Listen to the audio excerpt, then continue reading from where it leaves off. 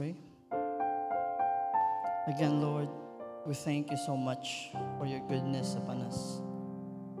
And we thank you, Lord, that you have once again allowed us to be here.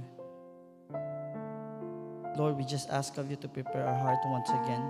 Anoint our ears and bless our mind. Because, Lord, we want to learn more about you, about your ways, about who you are. Because we want to love you more. Again, God, Holy Spirit, be with us as we, Lord, devour your word. As we, Lord, feast on your word. Thank you much, Father, for what you're about to do in our lives. In Jesus' name. And everybody says amen. Amen. Again, let's give God a round of applause. Hallelujah.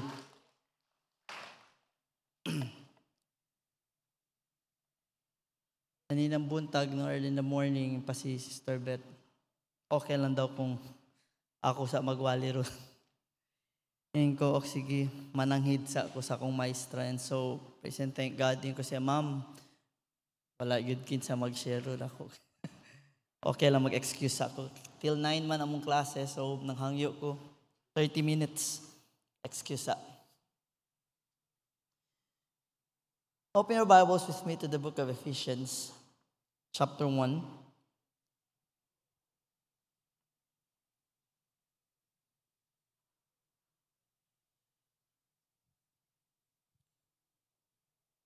Okay, Ephesians chapter 1.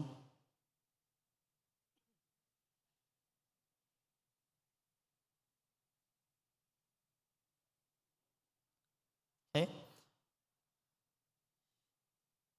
Verses 13 and 14, before I go through, let's read again.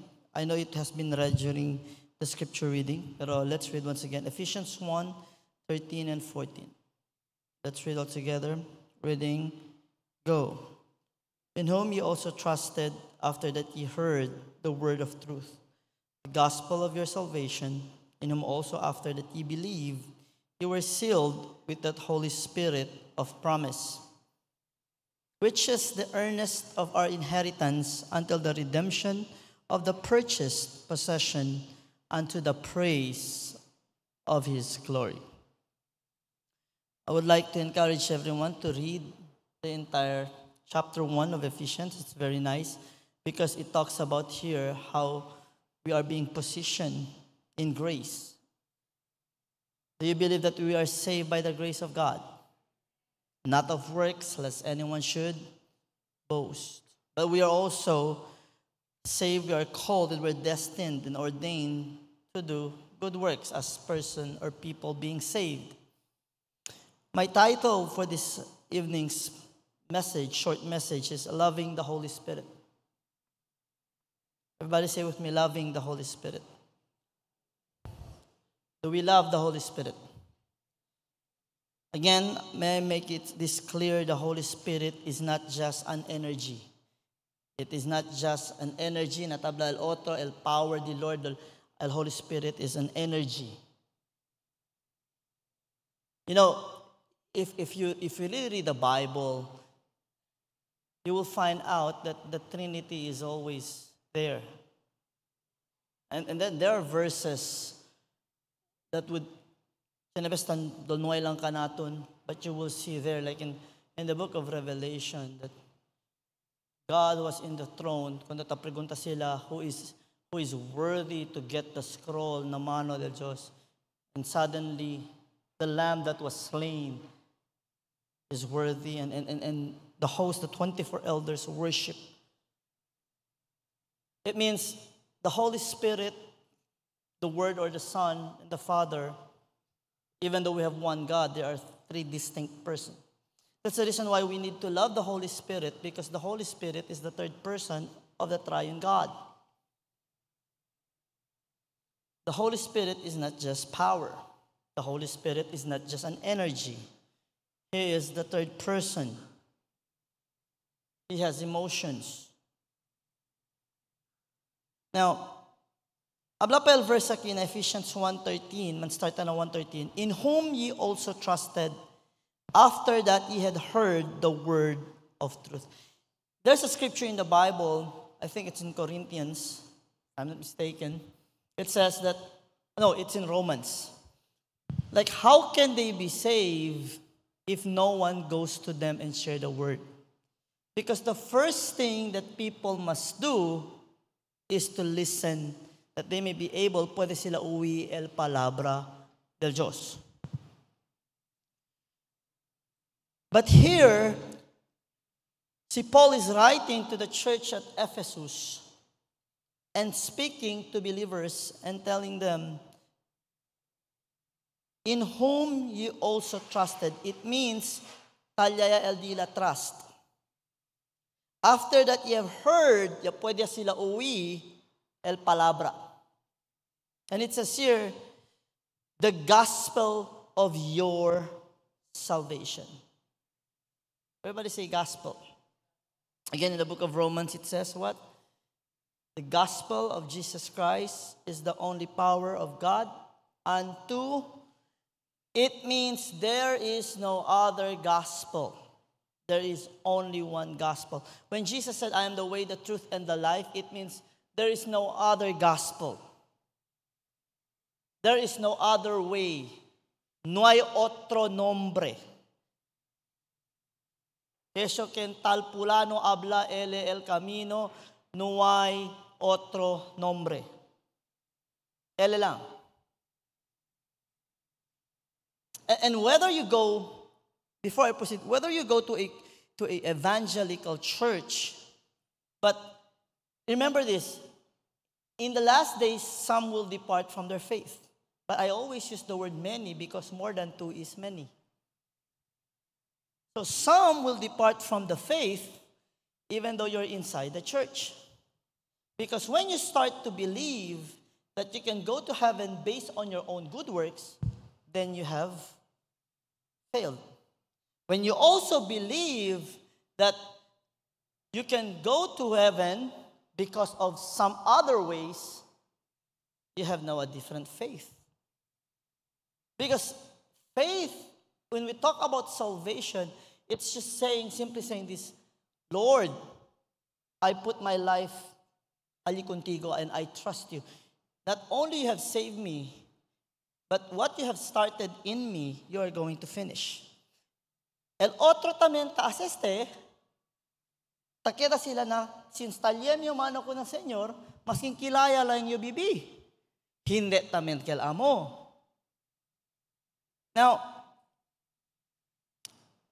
in which the main point is here, loving the Holy Spirit. Because who among you here believes the Holy Spirit is with you? Are you led by the Spirit of the Lord? Are we sure? Since habla ustedes, I cannot question that. I don't know your personal life. But remember this, you will know them by their fruit. The Holy Spirit will lead you to Jesus Christ. That's first thing we need to know.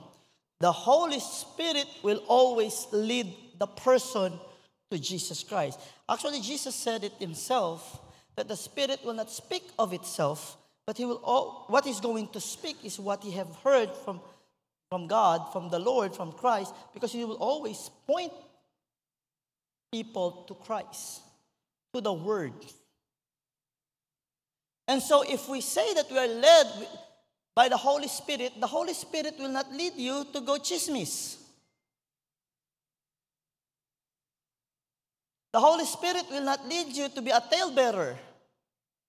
The Holy Spirit will not lead you, si takito adentro iglesia while the preaching is going on, because the Holy Spirit wants us to listen to God's word, wants us to listen to the gospel. When we are at home, the Holy Spirit leads us to have devotion. The Holy Spirit will lead us to pray, teach us how to pray. The Holy Spirit, alam pa nga na si Jesus, will teach us and will put things into remembrance. And so, not only the Holy Spirit is the third person, He is also the one who is moving right now.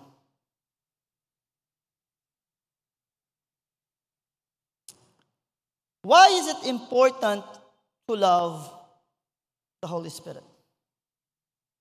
We all know that, sabi ba ustedes, that the Holy Spirit, like in the book of Hebrews chapter 10:29, it says that the Holy Spirit is also the Spirit of grace.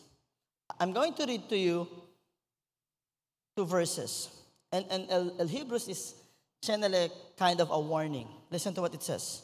Of how much sorer punishment suppose ye shall he be thought worthy who hath trodden under foot the Son of God, and hath counted the blood of the covenant wherewith was sanctified an unholy thing, and hath done despite unto the Spirit of grace. In other version, it says, has insulted the Spirit of grace. Kasi if you go verses higher, tablas teki, kung nalogan di Moses, imang kontra to, you will be punished. How much more na commandments del Diyos, di Kristo mismo.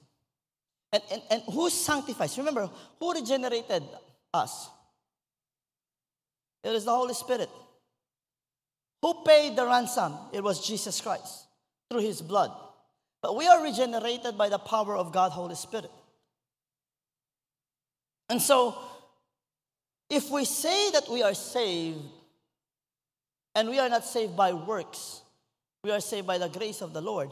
But if we are saved, if we say we are saved and we have the Holy Spirit, definitely the way we live should also be the evidence that we are truly saved and led by the Spirit. Because it says here that the unholy thing was sanctified. And so if we are sanctified, quiere decir, pwede lang ba kita bibi como unholy? Siya limpia ka natin, manbuling-buling niya lang ba kita ulit? The answer is no. And so the Spirit of grace, that's the reason why kama autotabla, ay taliman el gracia, okay lang siya. Be careful. Second, He is the Spirit of truth. John 14:17. It means if He is the Spirit of truth, He will not lead us to lie. He will not lead us to deception, and He will not allow us to deceive people because He is the Spirit of truth. But, este dos, normally, sabi sa mga Kristiyano, I hope sabi este kita. Why do we need also to love the Holy Spirit? Aside from He is the third person, He is God also. He is the Spirit of grace, He is the Spirit of truth. He is our great teacher, He is our comforter. Why? Because it says here, in whom, after you have heard the word of truth, the gospel of your salvation, in whom also after that ye believe. May I ask you, yakre ba ustedes, no? Do we believe? Do we believe? Antes me a question as to do we believe lang? Like, do I believe? When the person says yes, here's the next question, which is the evidence if we truly believe. The Bible says this in John 14:23. If anyone loves me, if you love me, what do? You keep His commandments. Do we do that? Do we love God and love our neighbors as ourselves? Are we grateful? Or reklama lang kita? Are we thankful? Are we rejoicing? Do we think of things that are pure, honest, and lovely? Now, in whom also after that you believe, listen to what it says here. Ye were sealed, everybody say with me, sealed, with the Holy Spirit of promise. Sealed here means, yamarka contigo. You are preserved. Another meaning is that you are now authenticated. Pero sa gani, when you talk about if you are saved, can you lose your salvation? The answer is no. Why? My salvation is not based kumigo. It is not I who signed the paper. It is Jesus who redeemed me. The question is, can you forfeit your salvation?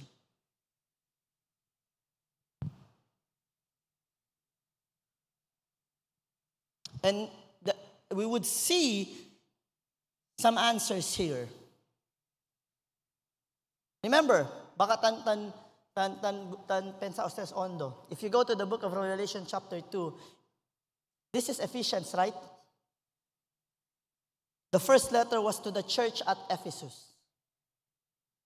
In Revelation chapter 2 verse 4, yabla ko nila el Diyos, you have left your first love. Esta iglesia na Ephesus, esta sila. You cannot deceive them because si Chen mga tampa apostles, taanda, sabi sila, they can discern what is true from wrong. They do the work of the Lord. But why is it they have left their first love? Para sa pinaka-importante, pigunta kita daton self, are we still in love with the Lord? Useless yung kipredika, kabal miyo amor galit ko ng Senyor, no ay. Hello? Like when we go to church, why do we go to church? Is it because of obligation?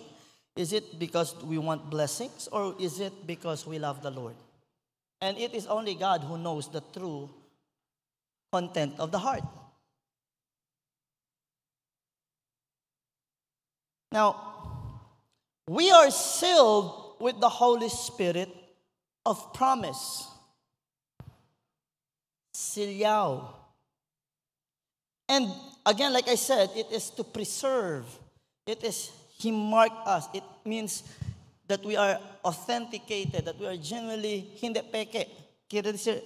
But here's the thing, next line is this, next line of verse. Which is the earnest of our inheritance. It means, yan down payment. Yes, yapakaya si Lord through His blood, right? And now that we are changed, the moment we are being saved, change your question. Are we perfect now? Yes or no? No. But here's the thing. That's the reason why, siguro ustedes salvaw, talye el Holy Spirit junto con ustedes.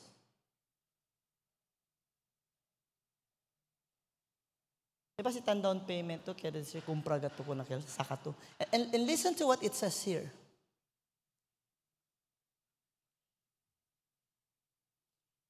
Which is the earnest of our inheritance, Remember, we will inherit the kingdom of God. Pero since nuway pakita alya, yadalele ka naton talio, prueba.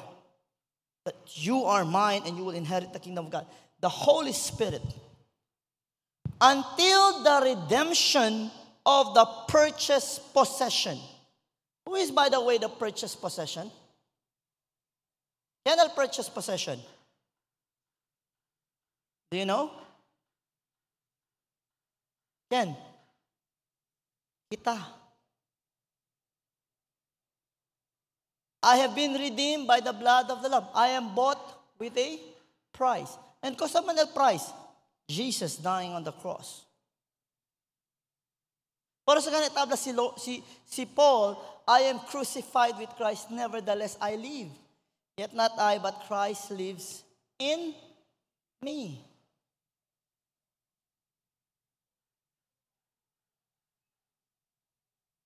Libre ba ang salvation? Libre ang salvation, di?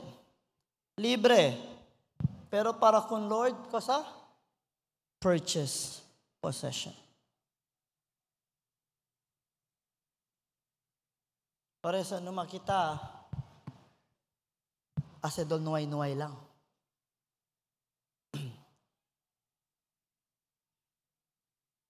Si eto ba yung kumpra to, kung nakita yung kumpra to na bukasa or lote or sasakyan, yan down payment ka to. Deha lang ba to? Deha lang to? Hindi, ito asa. Hasta? Or si Talia, kosa tapasa si yadale to purchase and down payment to kabaya deha lang to. Kosa sa el banko? Ha? Or ka man? Kainoy? Kainoy paga. Pero si Lord, pagaw yagat kel. Dahil Holy Spirit, altabla lang le, inheritance is in heaven. Kaya since na ipakita na siya, takio, Holy Spirit. Hindi lang, el Holy Spirit gayot. Pero tabla ki, earnest. That's how serious God is. And that's the reason why we need to take and to really know God, Holy Spirit.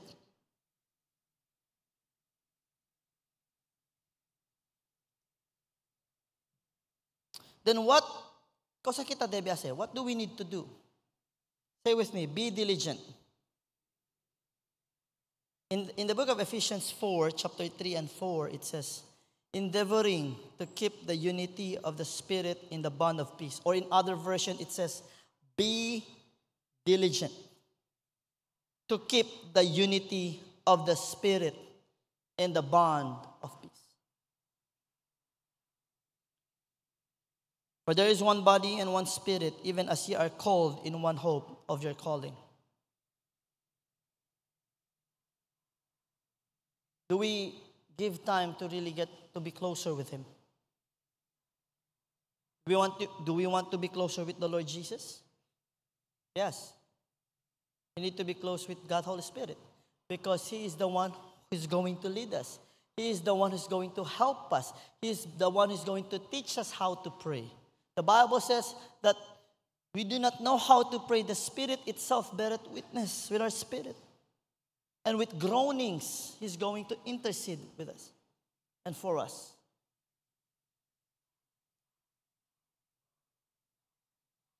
Don't be diligent. Malang akel basta-basta lang. Akel le one time okay. Get to know Him. You know, if there's one thing I do realize, na devotion hindi pa suwena yurada, hindi pa suwena gritada. Lord, takikat yo, Lord. It's more of the heart. Tamira si Lord, si we really diligently seek Him. Do we really seek Him? Hindi tabla siya yura to useless, no. Siya na mga tayura useless, sabi sa sporke. Siya na mga tayura, hindi kay tama sila kunil Senyor. Siya na matatra kunil Senyor, tayura, hindi kay tanlong sila kunil Senyor. Siya na tanda niya kay emotional, kay bengrani kay problema, por eso yura ya lang. And I'm not saying na mali si abla to kung Lord al problema. El mali si kada atra ka lang to yura, kay siya na to problema. You don't long for the Lord, you just long for solutions. Like, atraka lang to na dito yung abla amigo, si Chen lang to problema. That's not being a friend, that's being a user. Hello? Kung bilo ka naton, kikonose lang ka naton si Chen sila problema, tatraka ka naton. Pero sino ay problema, nihay nihoy. Chen ba? Be careful. Or baka kita taman na lang sina kung Lord. Be diligent. Seek God. The Bible says if you draw nigh to Him, He will draw nigh to us. It means if we diligently seek Him, He will reveal Himself to us.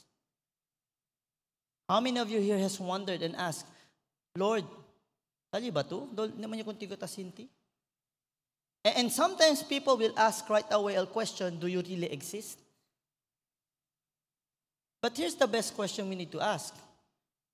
Do we really seek Him with all of our heart? That's the reason why maybe. Ikaw ba chat kanya blakon daddy, pastor, ne mga chuta sinti al presensya di Lord, chenega Diyos, ala pa si daddy ko nila, mali to. Por eso to no sinti presensya di Lord, kaya no ila sinti dito yung presensya, por eso no ila manda sinti dito yung presensya contigo. That's the reason why I always say this, mas kinsa ka to mga pinaka-buenos scientists na mundo, and let them seek God, they can never find God. Not unless God will reveal Himself to them.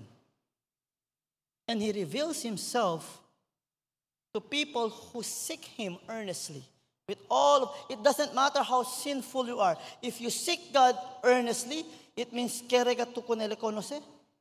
You will. How many testimonies siya pwede miraya, pwede le, mga criminal file, otro, yan, chene sila, yan, encounter sila with the Lord, adentro ya presohan.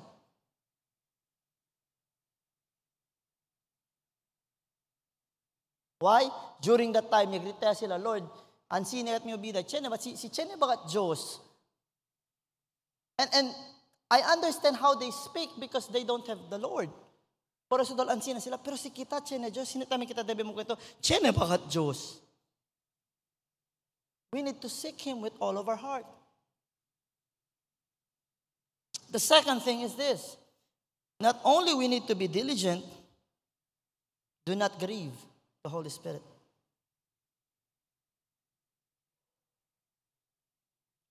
In Ephesians 4:30 and says, and grieve not the Holy Spirit of God, whereby ye are sealed again unto the day of redemption. When you continue on grieving the Holy Spirit, widow, God will never break His promise. But just like the Israelites, it was the Israelites who keeps running away from God. Grieving the Holy Spirit meaning this. And third is quenching. Pero man explain nyo kung nestas bo. I always say this, diba? Grieving is doing the things you are not supposed to do. But quenching is not doing the things God wants us to do. But there's a deeper meaning. Because when you quench the Holy Spirit, still you grieve the Holy Spirit. Either way, you are going to grieve the Holy Spirit. And so when we say quench not, it means do not allow. Remember, the Holy Spirit is also symbol of as fire, right? Kasi sa tabla kita, the fire of the Holy Spirit who is in us, and oil para chene fuego.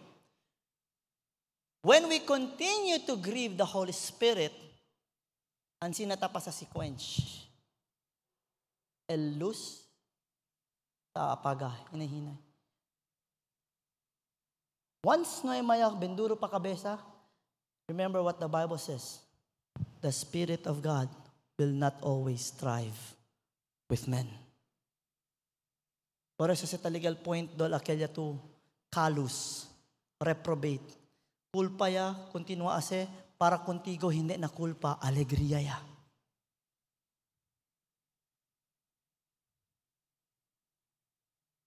Hello.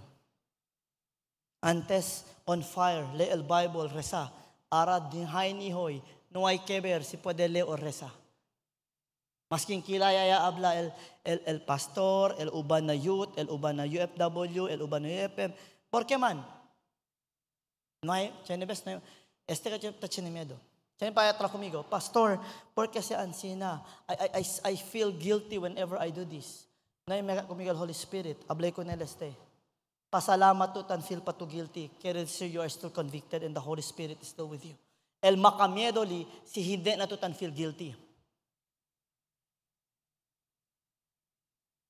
Okay lang contigo, hindi to del Bible, okay lang to, basta para kun Lord, dol bale wala yan lang contigo. Okay lang, dol noy may lang. Bira to na antes culpa, at antes bida, continue again to live in sin, kabar aseto rason, jalo lang, tali lang man si Lord, siya naman siyempre grasya. Have you noticed something? The Spirit of grace. It means if you quench the Holy Spirit, when the Spirit is being quenched, ay duro at kabesa no kaya reprobate, yasale, kosa, kanya sale, Holy Spirit, who is also what? The Spirit of grace. And by the way, na Titus, este habla, grace that brought salvation is the same grace that will teach us how to live godly, righteously, and soberly in this present world. By the way, who teaches us? The Holy Spirit. Who leads us? The Holy Spirit. Who works through us? The Holy Spirit. Who empowers us? The Holy Spirit.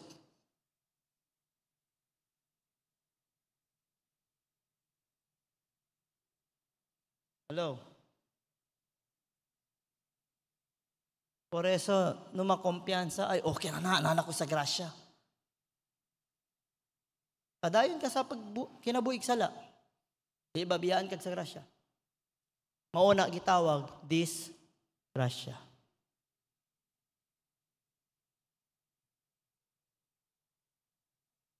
What do we need to do? Be diligent in seeking the Lord. Do not quench the Holy Spirit. Do not grieve the Holy Spirit. Ken kisitan kamali tan konsensya taripinti tayo ra gayud. Or tan mukmukat Lord, sorry Lord. Ken. Maya? Okay lang ka na tumang kulpa?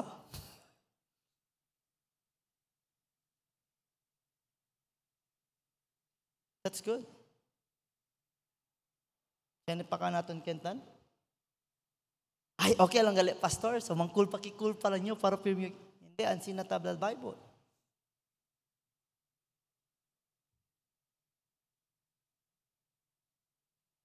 So, we need to love the Holy Spirit. Say with me. Self, do not allow that the fire of the Holy Spirit be quenched in your life.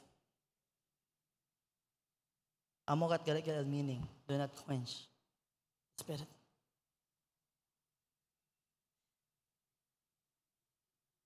Si uhaw to. Kasakal na advertisement ya tumala Sprite. Diba? Cover ko sa line. Quench your thirst. This is what's happened. What's going to happen when you quench the Holy Spirit. Yasa to pag-elus. This is what will be the next na di aton bida. Sino yung Holy Spirit? There will be no longer hunger and thirst upon righteousness. Por eso gali, no quería le Bible, no quería reza, flojo ya anda iglesia, man live ya lang yo. There's nothing wrong about Miracle Live. Si Chen Noy Gatoki. Pero si Taki lang to nakasa, karabla lang to man live lang to. I will tell you honestly, praise the Lord for the technology, praise the Lord for those who are watching through live stream. But, otro kat si Taki to na iglesia, konta na live. Kay sinakasa to, bien manadagat distorbo. Siya lang makuntigo kusi, sa kaagwa, si Kosaba.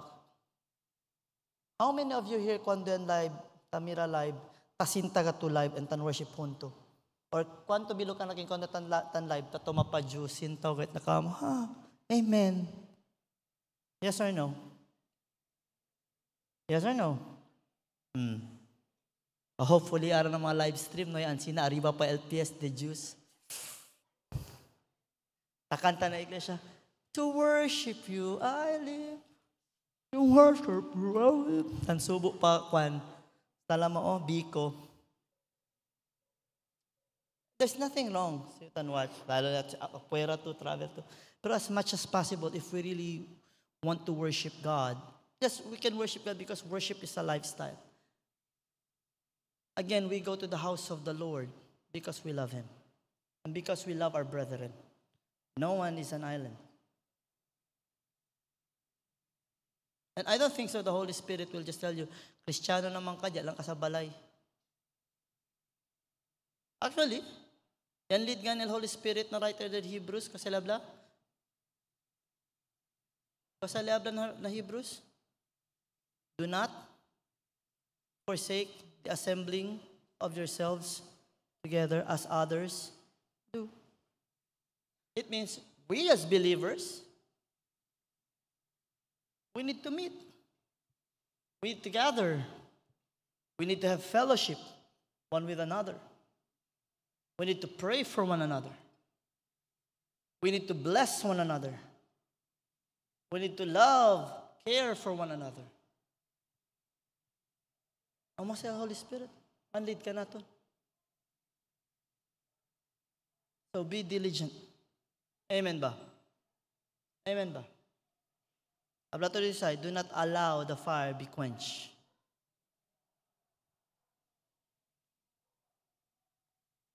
I will end with this. This is a warning and a reminder. I will read again the verse. Pero araw, uwi bonamente, asyo hinay-hinay. In whom ye also trusted, after that ye heard the word of truth, the gospel of your salvation, in whom also after that ye believed, you were sealed with the Holy Spirit of promise, which is the earnest of our inheritance, until the redemption of the purchased possession, unto the praise of His glory. Porque esta ya habla si Paul kanila. And porque na chapter 4 ya habla ganale, grieve not the Holy Spirit. You know why? Paul was reminding them, uwi ustedes, mga de Episo, sabe yo, ustedes salvao, kaya uwi ustedes el palabra, iya creo ustedes con el palabra. Remember, you are sealed with the Holy Spirit. Porque kailan warning? Porque kailan remind? Bira kita ko sa liabla na revelation. I have somewhat against you because you have left your first love.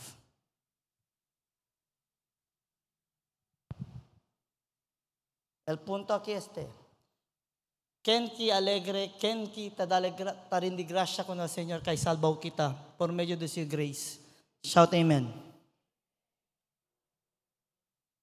Aki salbaw, aki hindi ga sila. Kay dolaki lamang kalyagrita. Ulit daw, ulit.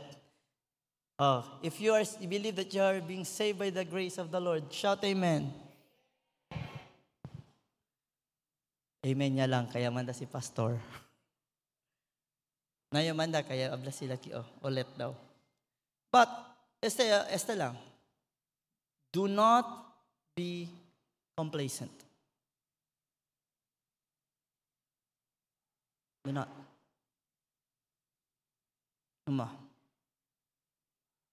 If you are baptized with the Holy Spirit, the more you become humble. Dapat hindi ito kada proud. And the more we need to spend time with the Lord. If you are being used by the Lord, the more we go down. The more we seek the Lord. Hindi kay, grabe ako migota sa si Lord, arriba yayo, okay ya. Hindi na sinisita sa, no. If you are being used by the Lord, the more we go down and seek Him. You know why? The higher you go, the harder you fall. If you continue to go up, not the Lord putting you up, you will really fall.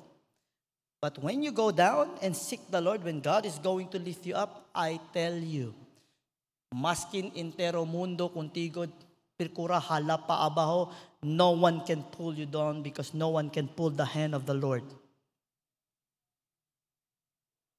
Lean on the Holy Spirit. Rely on the power of God.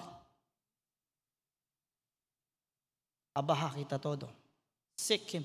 When the Bible says seek Him diligently, it means we bow down to Him. We submit to Him. We let go of things that would grieve the Holy Spirit.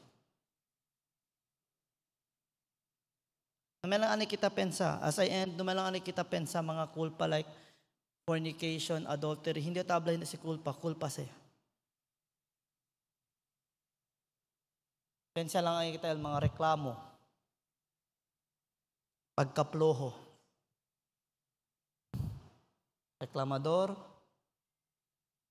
loho, masipag, si para na mundo, loho si para con el Señor. Mediocre, si para con el Señor, dale el best para na mundo. Like, we teach our children to be diligent in everything, basta para na mundo. Pero kung Lord, okay kasi. Mediocre. God sees the heart. I tell you, even our very best is not for the Lord, is not best. But He sees if we give our best. I'll give you an example. Akel moher, yadalele disuyo last night. Kwanto lang kel? Akel unya dale grande el sen, right? Akel moher, yadalele last night. Kwanto lang kel? Si pregunta to kung Lord, man honest ko tiko, grande yadale, grande or jutay lang? Hindi, si pregunta ko kung Lord, Lord, grande si amount? Jutay. But it was her best, and God acknowledged that. And so just think of this, si para na mundo, tadalig at kita 110%. Pero para kung Lord, mediocre kita pirmi. Manda lang el scripture, para asa lang el sharing. Saka lang na internet, kabarman share. Hindi kay sintas to dya. Nakasa kita si Tale Bible, apuraw. Pero sila kita de eskwela, 3, 4, 5, 10, 20 ora. These are small things. Hello? Ay, hindi man, Pastor, intende si Lord. We are now in a changing world. Yes, the world has changed for the worse. And you know what? The world is trying to make people busy so that people will not have time to glorify God and to have relationship with the Lord.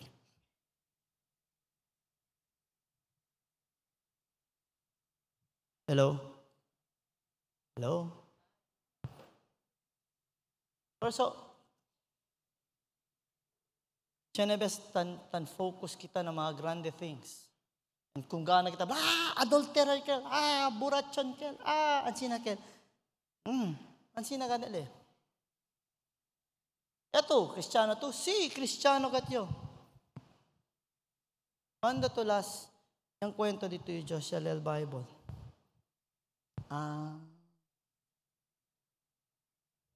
Porque man, ano ayo ora? Porque man ay kay kansaw ayo? Pero porque sinamundo si abla kita kansaw, kosa kita tabla, hindi, ploho lang gato. Onde basta ba daton persa? Kung ken staba daton persa? I cannot hear you. Kung ken staba persa? Kung ken kita tapi di persa? Kung ken kita tapi di blessing? Kung ken kita tapi di protection? Porque kita hindi tapo di dali el entero kung siya.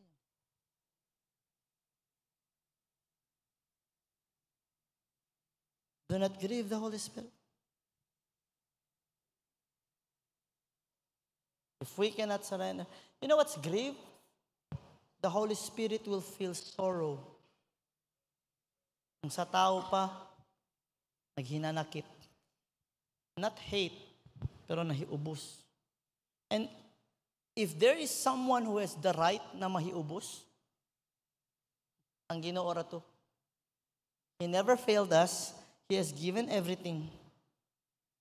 He has been faithful. He has been true. He has given His only begotten Son to die on the cross that you and I might have eternal life. Not only that, He has given us the Holy Spirit to be our comforter.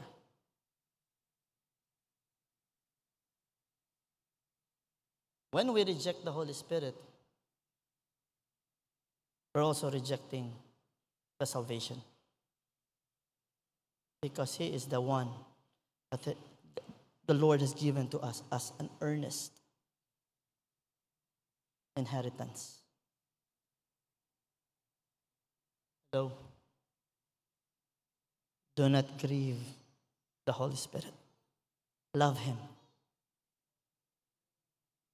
Say with me, love the Holy Spirit. Say that again, love the Holy Spirit. So we all stand.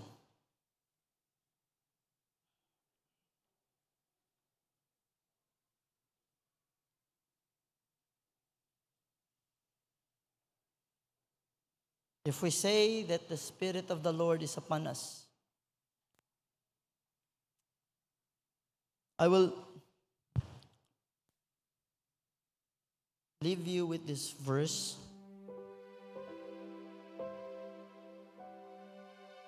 Tapos kayo, ha? Wait.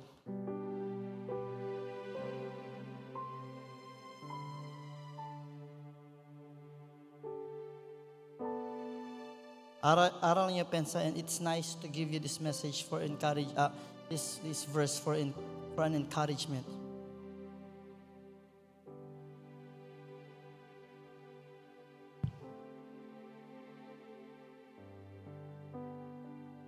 If you're truly led by the Holy Spirit, I know this is Jesus who said this. Alapalena, verse 18, the Luke. The Spirit of the Lord is upon me. Is the Spirit of the Lord upon you? So what happened if the Spirit of the Lord is upon us? Ala pa si Jesus? Because He hath anointed me to preach the gospel to the poor. He hath sent me to heal the brokenhearted, to preach deliverance to the captives, and recovering of sight to the blind, and to set at liberty them that are bruised. Verse 19, to preach the acceptable year of the Lord. To top it up, not only the Holy Spirit is the seal, He has given the Holy Spirit to His people as anointing. To what? To do the work of the Lord. I'm so appalled today to hear many people say, I am a disciple of Christ, but they don't want to disciple people. Let me be clear. If we profess being a disciple and doesn't have the heart to evangelize and make disciples, and ato pirmi lang mindset is inyo harana kamurana, ayaw mo kasuko pero kani ang ingon ako, dili pa ka disipulo ni Kristo. Praise the Lord kay church goer ka. But I hope you will learn, you will understand, and will say to yourself, Lord, I want to be your disciple. Disciple me, that I may also disciple others. The Spirit of the Lord is upon you. Hallelujah. Genesis cantion. Before I close in prayer, let us sing the song, The Spirit of the Lord. Hallelujah.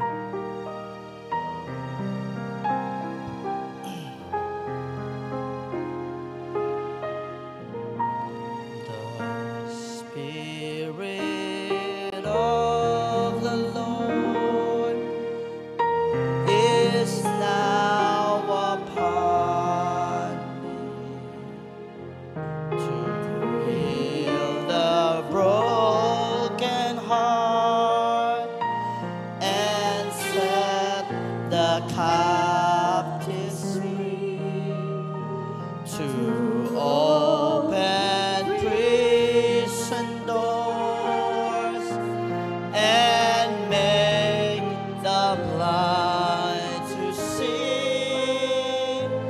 The Spirit of the Lord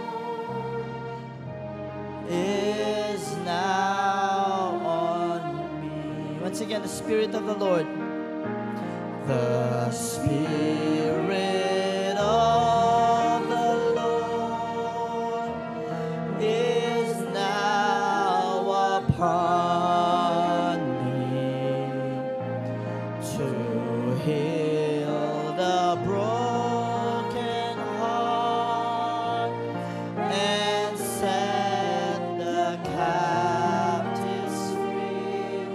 open prison doors and make the blind to see.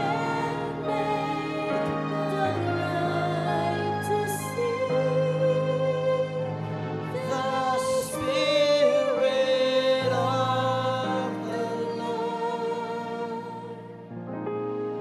is now on me. How do you make the blind to see? How do you set the captives free? How do you open prison doors? And how do you heal broken hearts? It's by giving them the gospel of the Lord Jesus Christ. Hallelujah. Hallelujah. I pray this evening that this message has touched your heart. That you will truly allow yourself to be a mouthpiece of the Lord. To be bold to share the gospel of Jesus Christ, because it is the only power of God unto salvation. Not looking at your own ability, not looking at your own strength, because we are weak, we are flawed. But looking and trusting God, Holy Spirit, as He leads us. He guides us. He strengthens us. He gives us the power to proclaim the gospel of the Lord. The gospel that would set free people from the bondage and the consequence of sin. Hallelujah. Be in love with the Holy Spirit, my brethren. Always spend time with Him. Be in His presence. Wherever we are, whatever we're doing, we can always be in the presence of the Lord. Let us shun away from things that grieves Him. Let us shun away from things that He does not like. Hallelujah. Just be close with Him. Father, we thank You, Lord, for this evening. Tonight is hour of power. That's the reason why, Lord, You have reminded us to love You. You are the source of strength. And we cannot live life pleasing before You without the power of God, Holy Spirit, in us. Lord, we need Your strength. Yes, Lord, sometimes we just pray that problems or things that You don't want to do, kere kami kita lang to, but Lord, it is that You want us to really stop doing the things. That's the reason why You're not there to remove it, but You're there to give us the strength and to guide us to do it. Not to be saved, but as people who are saved by the grace of the Lord. You have called us to live life pleasing before You, to do the work meet for repentance. Bless Your children. I pray, Lord, that Your word will be established in everyone's heart. And I believe, Lord, it shall not go back to You void, but it shall accomplish great and mighty things. Again, Father, I pray that whatever we have learned, whatever we have heard this evening, it will not just come into our ears as an information, but Father, it will be embedded in the tablets of our heart that will transform us, Father, in Jesus' mighty name. We pray, Lord, for transformation. Father, thank You, Jesus, again for this evening. Thank You for reminding us. Even those who are watching through live stream, Lord, I pray, touch them, oh God. I pray that Your word be also planted in the tablets of their heart. Bless Your children. And as we depart from this house of worship, again, Lord, we thank You because we know we shall go out with joy. And we are, Lord, blessed because of Your presence. And Father, we know that You will be with us. God, Holy Spirit, Your smile be upon us. And all of us will reach our respective household safe and sound. Bless everyone from the youngest to the oldest. and release us, Lord, with your blessings. In Jesus' name. And all God's people shout amen. Hallelujah. Love the Holy Spirit. Good evening.